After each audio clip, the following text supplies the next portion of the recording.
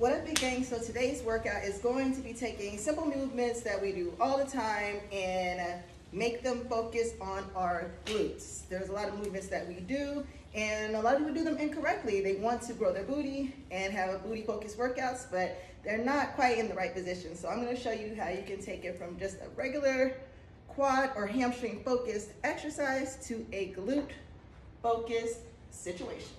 Let's go.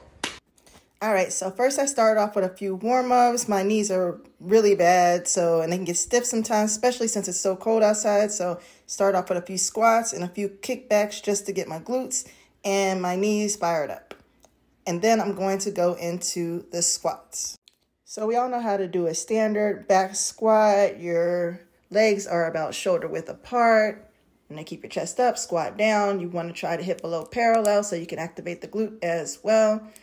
And that's what I'm performing here. Now, this is going to engage the quads, hamstrings, calf muscles, back, all that stuff. Your glutes get a little bit of engagement, but you get a whole lot more if you open up your stance. So this is why I'm going to a wide leg stance. You want to have your feet pointed slightly outward so you can go wider and deeper right here. And with this squat, you want to make sure you're pushing that booty back and pushing through your heels as you return to standing position. Now here I'm moving into a Romanian deadlift.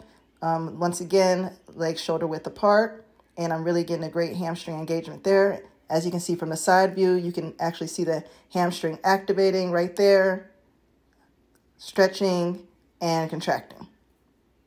When I'm ready to hit glutes, I move to a wide stance deadlift, and I'm going to be outside of shoulder width, again with the feet slightly pointed outwards. I'm getting deep, sitting into it and using a hip hinge motion to push through that movement. Now with that as well, I like to reset at the bottom of each time so I can get a control over the weight, reset, get my glutes and my legs back into position, and then come right back up. Because of the weight that I'm using, I will opt to do more or less reps. This weight is pretty light for me, so I did about 15 reps at each. Now here with the Bulgarian split squat. Now some people can't tell the difference, but here I'm really focused on the quads. I'm coming straight down and straight up as I push through this motion. But as I switch legs, you'll see that I'm getting more glute activation by leaning forward into the Bulgarian split squat. Now this is going to cause you to push through that heel and engage more glutes.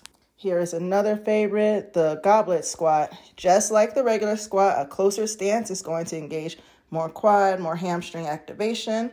But if you widen out that stance, you're definitely going to get more glute activation. So this is the look from the front as well. So you can see a close stance right here. Feet parallel, pointed straight ahead. Now here is for more glute engagement. Once again, wide stance outside the shoulders, toes pointed outward. Coming down and really using my hips and pushing through that movement and squeezing my glutes at the top. And here it goes. The hand position does not matter if you have the dumbbell on your chest or downward, or if you're using a kettlebell, doesn't matter. Weight is weight. And here you go again. Now this first exercise is a glute bridge, and you're going to be pushing up through the hamstring. It doesn't really get much glute engagement at all, but the hip thrust does. Keep that head forward as you're pushing up and through the hip. It's very important. If you put that head back, you're not going to get the glute engagement that you want.